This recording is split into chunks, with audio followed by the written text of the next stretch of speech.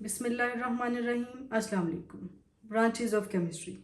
आज हम केमिस्ट्री की 2 ब्रांचेस पढ़ेंगे, organic chemistry, inorganic chemistry. Organic हमें नाम से ही पता चल रहा है, कोई भी ऐसा सब्सटेंस जिससे हम लिविंग ऑर्गेनिज्म यानी जानदार चीज़ से हासिल करते हैं उसे हम ऑर्गेनिक कहते हैं।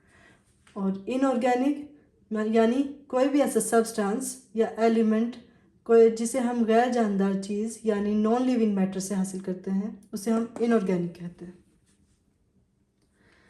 ऑर्गेनिक केमिस्ट्री ये केमिस्ट्री की वो ब्रांच है जिसमें कार्बन एक ज़रूरी एलिमेंट है।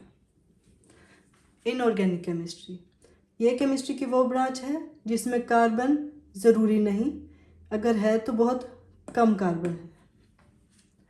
ऑर्गेनिक केमिस्ट्री में हम जो कार्बन कंटेनिंग कंपाउंड हैं उनको जब हम स्टडी करते हैं, पढ़ते हैं फॉर्मेशन के ज़रिए कि वो इस तरह के कंपाउंड किस तरह बने हैं, और कंपोजिशन के ज़रिए कि इनकी क्या कंपोजिशन है, इसमें कार्बन के अलावा और कौन से एलिमेंट हैं, कितनी परसेंटेज है, और प्रॉपर्टीज़ कि उनकी क्या खसूसियात हैं, और स्ट्रक्चर कि उनकी क्या साख्त है। जब ऐसे कार्बन कंटेनिंग कंपाउंड्स को इनके ज़रिए पढ़ते हैं तो इसको हम ऑर्गेनिक केमिस्ट्री कहते हैं। इनऑर्गेनिक केमिस्ट्री में हम जो कंपाउंड है या एलिमेंट है उनको हम जब सिंथेसिस के ज़रिए यानी कि वो बने कैसे हैं, कंपोजिशन उनकी क्या कंपोजिशन है, कौन कौन से एलिमेंट्स मौजूद हैं, प्रॉपर्टीज़ कि उनकी क्या खसूसियात हैं, और स्ट्रक्चर कि उनकी क्या साख्त है। जब हम इनके ज़रिए ऐसे कंपाउंड को पढ़ते हैं तो उसे हम इनऑर्गेनिक केमिस्ट्री कहते हैं। नेक्स्ट हम इन ब्रांचेस की एग्जांपल्स और इनके यूजेस देखते हैं।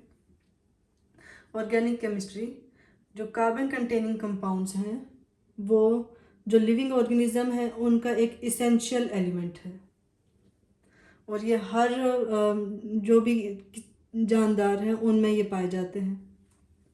और इनऑर्गेनिक कंपाउंड्स की जो एग्जांपल है वो हमारे पास है metals, non metals, acids, basis और सॉल्ट्स।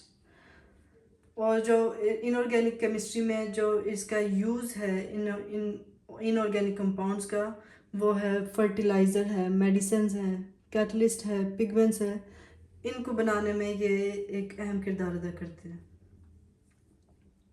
अब इन दोनों ब्रांचेस को बनाने की क्या अहमियत है, जैसे हमें पता है केमिस्ट्री एक वास्ट सब्जेक्ट है, उसको हमने ब्रांचेस में इसीलिए डिवाइड किया ताकि हम उनको बता सकें कि कौन कौन सी कैटेगरी को हमने किस किस चीज़ में कवर करना है।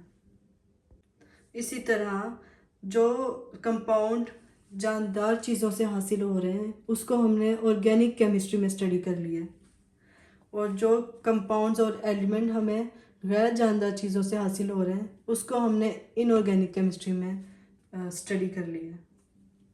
Thank you.